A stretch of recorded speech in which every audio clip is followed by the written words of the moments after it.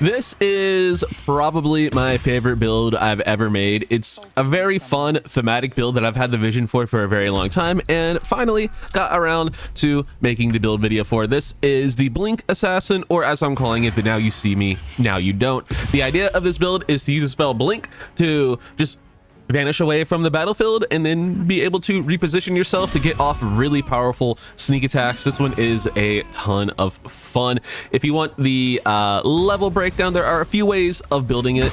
I went with 6 levels of archfey Warlock with Pact of the Blade, of course, to get extra attack, though in the combat footage I may have forgotten to find my Pact weapon so we don't get extra attack, which probably isn't great, but yeah, that is something I forgot. But you can either do that to get the blink spell and your level 6 feature, which is super important with archfey Warlock, which just allows you to disappear again if you get hit. It's Misty Escape, it's very good.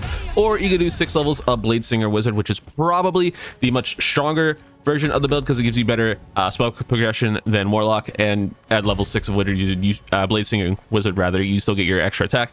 I just went with Warlock because it's more fun and I like the build more, and it's, you know, if the Misty Escape helps fill in the different parts of the build, the theme of the build. That's the word I'm looking for. God, I'm really good at speaking, if you guys couldn't tell. But other than that, you take then 4 levels of Assassin Rogue to get just huge sneak attacks and can guarantee some crits with some shenanigans. And then finally, you can finish it off with the final 2 levels, you guessed it, in Fighter for Action Surge, which is what we did in the combat footage and in the video. But there are several other options, like 2 levels of Paladin, 2 more levels of Warlock for another feat. You can do really whatever you want with those last 2 levels, but yeah, hopefully you guys do end up enjoying this one. If you do, drop a like, drop a sub, do all that sort of nonsense, and let's get into the build. Leveling scheme, we have a nice little tiefling lady here for us today because thumbnails. That being said, I'm playing as an Asmodeus tiefling just because tieflings are cool and they just give off Feywild charm vibes, but you can play any race you want. It's a single player narrative game. Do whatever you darn well please. I just like tieflings and it seemed fun. So that being said, you can start off this build and make this build in several different ways. There's a very easy argument to be made for Blade Singer being the best way to start. You could even do like some weird Sorlock shenanigans if you want. But I think the quickest way and just the best way in general is going to be just playing the game as a Warlock. Now, if you want to lean more into the power building side of things or just don't really care for the overall vibe, just pick Hexblade.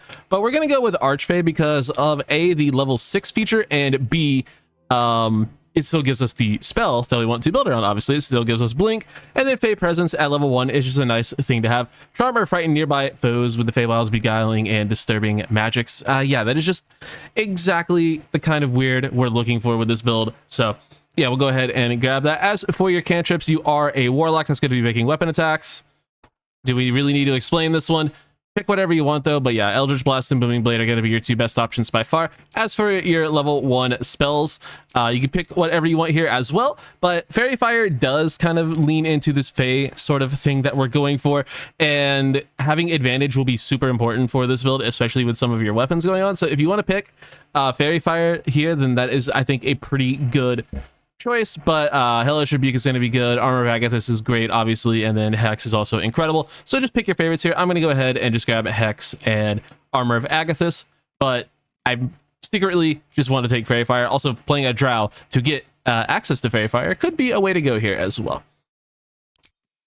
But for your starting stats, we're going to go ahead and start off with a 17 Dexterity, this being a really great candidate for Ethel's Hair, 14 in Con, 10 in Wisdom, and 16 in Charisma. Your main stat is going to be Dexterity, so just however you want to get the highest Dexterity possible is what I would recommend. And as for your skill proficiencies at this level, this is another just take whatever you want here. I went with the Charlatan background because it, it's fun and whimsical, just messing with people. You get Deception and Sleight of Hand. Sleight of Hand is really good to have, and then Deception just feels like this character would be trying to deceive people. I don't know.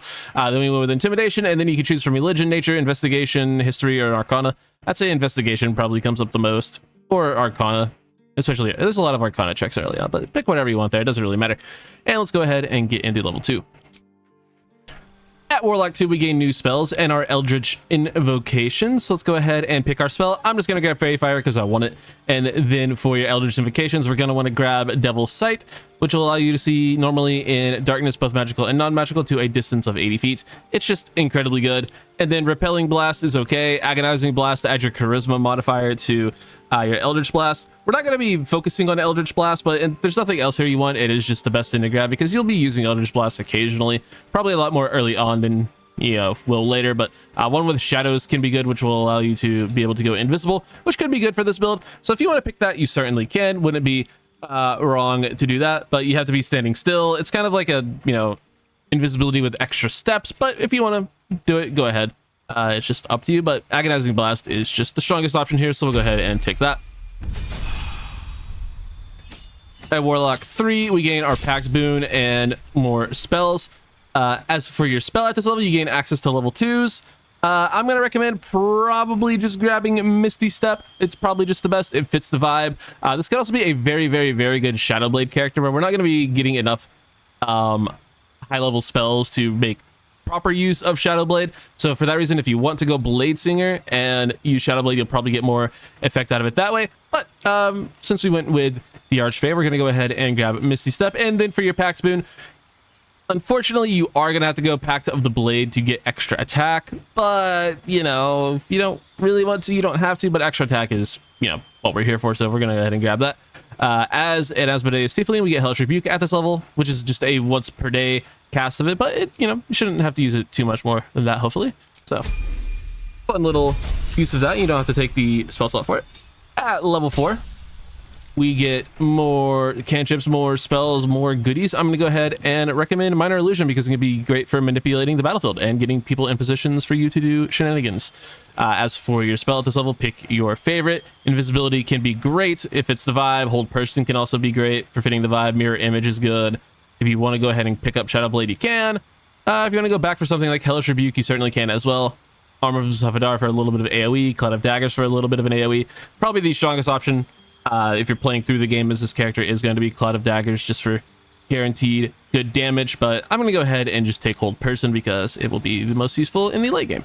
As for your feat at this level, go ahead, take your ability improvement up your dexterity to 19 with Ezreal's Hair. That will bring it to a 20. As Warlock level 5, we get more Eldritch Invocations as well as our Deep into Pact, which as a Pact of the Blade, Warlock will give us our extra attack that we're looking for. Allow us to make 2 attacks per turn. For your spell at this level, it's a level 3, so go ahead, pick your favorite. Best one is probably Hunger of Hadar. If you want this to be your counterspell character, you can do whatever you want.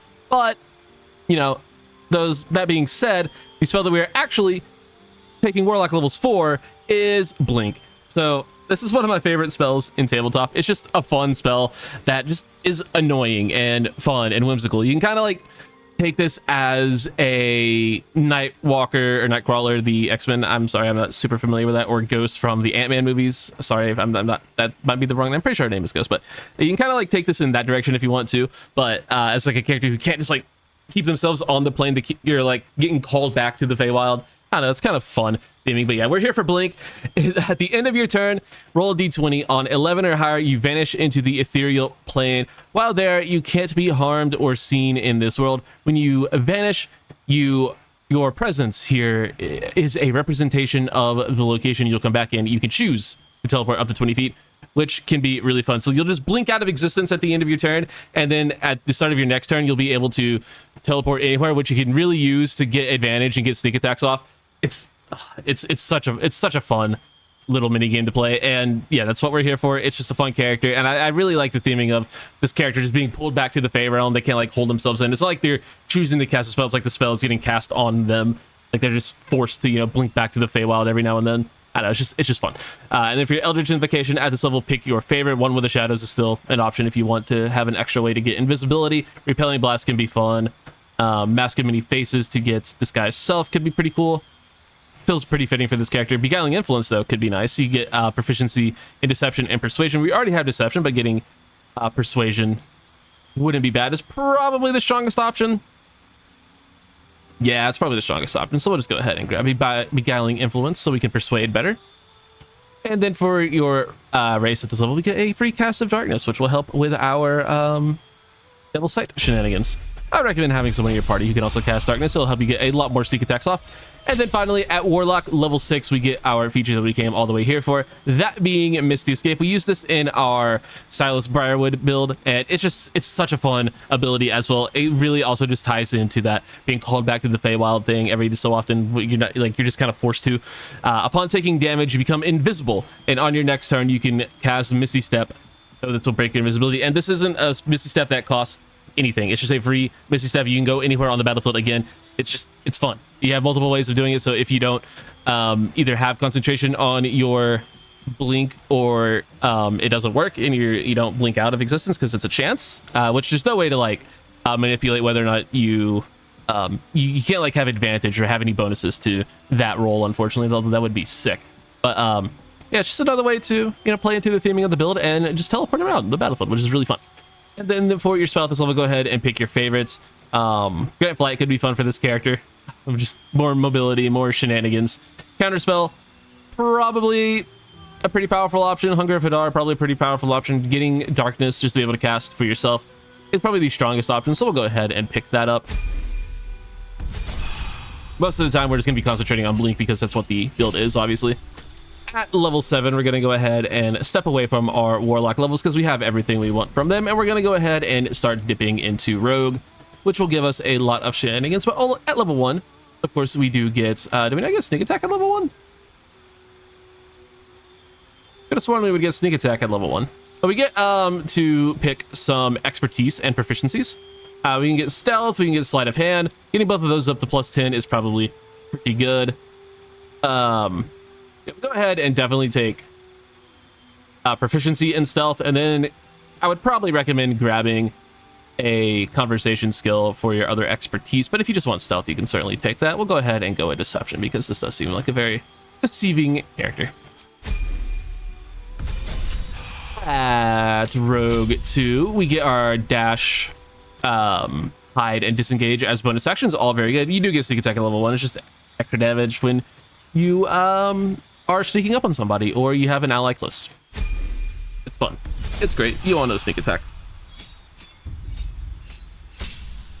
At Rogue level 3, we get to choose our subclass, and we're going to go with Assassin because it is fun. This does feel like a very Arcane Trickstery character, but Swashbuckler could also work. Thief is overpowered, but I quite like Assassin here because you're blinking in and out. You're going to be getting the opportunity to assassinate quite a bit, and it should be pretty fun. You get Assassin's Initiative, the deadliest against unprepared enemies in combat. You have advantage on attack rolls against creatures that have not taken a turn yet. You get your Assassinate Ambush. Any successful attack roll against a surprise creature is a critical hit, and you also get Assassin's Alacrity.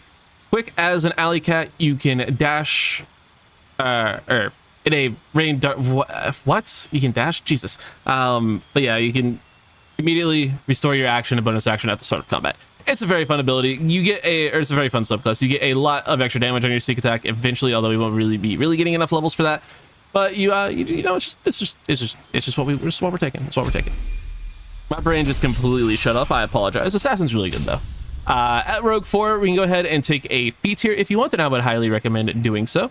You can go for an ability improvement to up your charisma. You can go for something like Alert for better initiative, although 20 dex should be enough, and you can get any sort of items to buff that as well. I think you're pretty fine on initiative.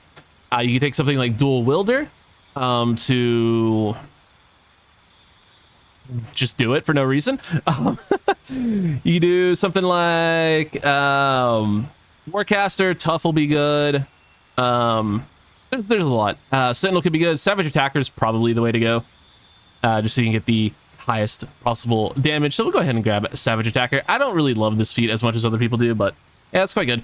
When making melee weapon attacks, your damage, you roll your damage dice twice and take the highest result. We're going to be rolling a lot of dice with this character, so it's worth taking here. Now, for your last 2 levels, you can do a lot of things. You can go to Rogue 6, which will give you Uncanny Dodge and more expertise. You can go up to Warlock 8 for level 4 spells and a feat. You can do the classic Fighter 2 for Action Surge. You can do Paladin 2 for Divine Smite if you want to do that. I think the strongest is just going to be Fighter levels.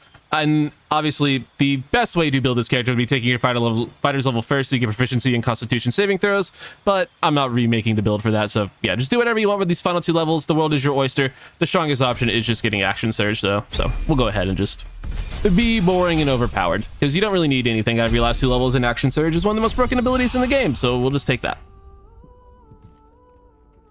Overall, what you're getting out of this character is a very fun, thematic, nightcrawlery, dashing in and out of reality assassin that is just going to be very hard for your opponents to lock down and hit.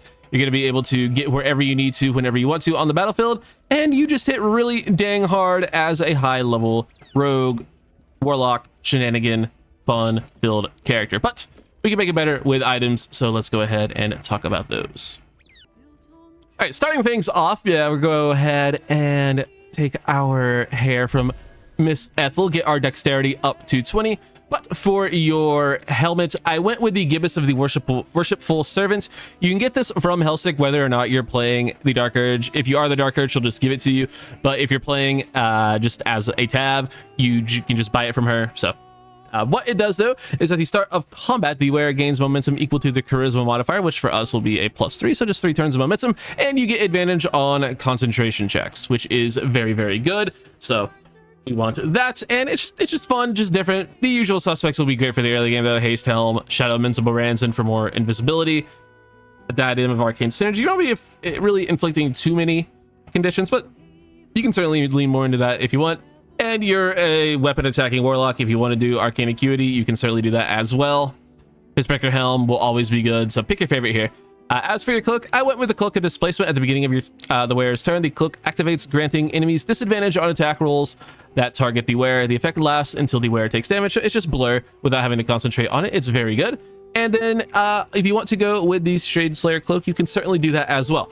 While hiding, the number you need to roll a critical hit while attacking is reduced by 1. So yeah, just improved critical is very, very good. So maybe you do have to be hidden for it to work.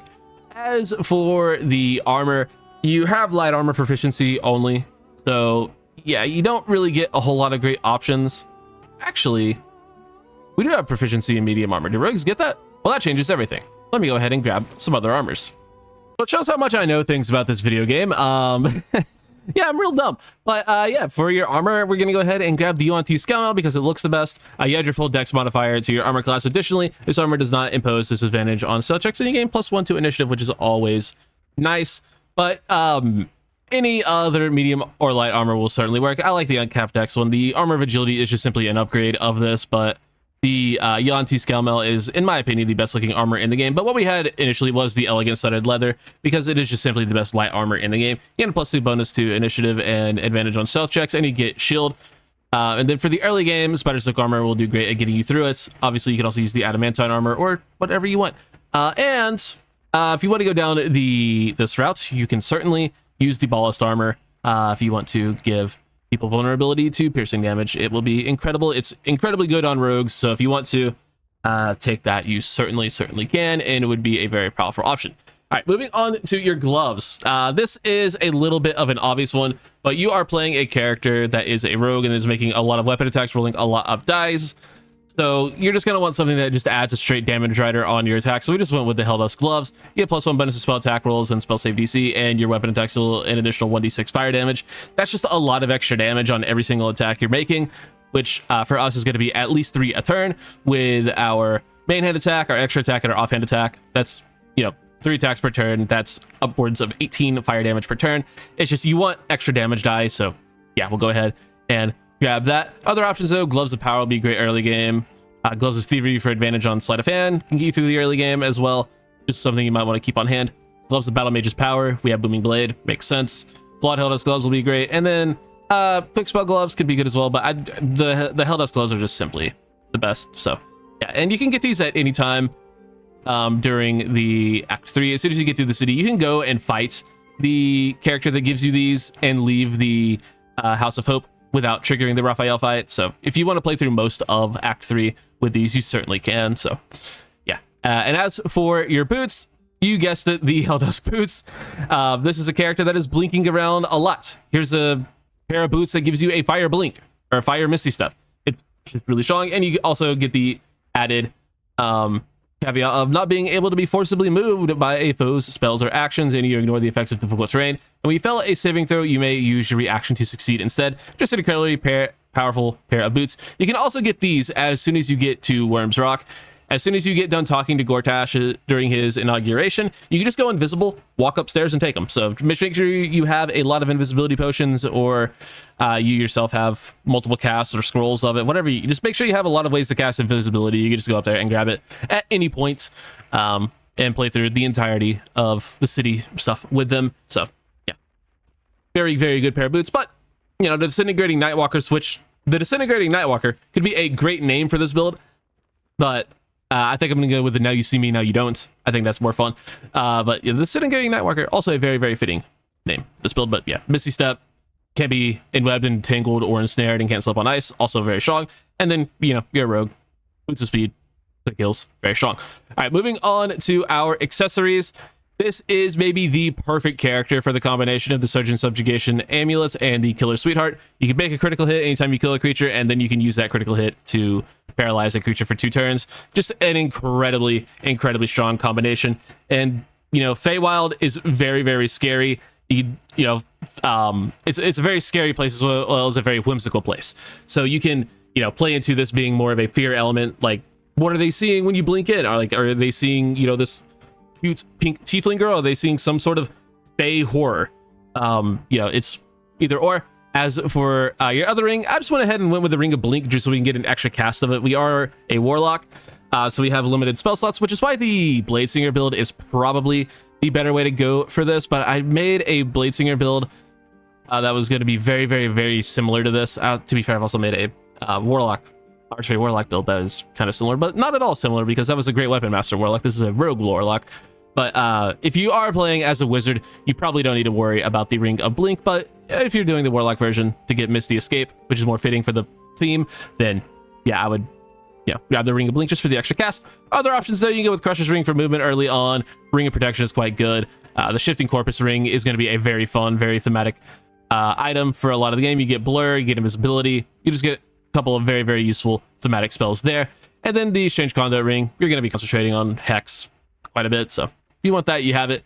And then the Risky Ring will also be quite good, because a lot of these weapons that we have here have effects that activate when you are attacking with advantage. So if you want to always attack with advantage, yeah, probably pretty good. I'm probably going to use this. I haven't recorded it yet. I'm probably going to use the Risky Ring for the combat footage, just so, yeah, we can get some of these better effects and use some of the better weapons. So yeah, I'm just going to go ahead and do that now. But just know that the Ring of Blink is probably, your more consistent option. As for your weapons, though, in your main hand, I have the Justiciar Scimitar. Use literally any of these if you want. And then in the offhand, I just have the Knife of the Undermountain King for improved critical. But you can use quite literally anything. The Cold Snap will be good if you want to go the dagger route. If you want to go with something like the Ambusher, you can get a +1 to initiative and a +1d6 necrotic damage for characters that haven't taken a turn yet that can stack with your Assassinate feature. You can take the Sword of Lifestealing on a critical hit, which you can bank. You can do an extra 10 necrotic damage.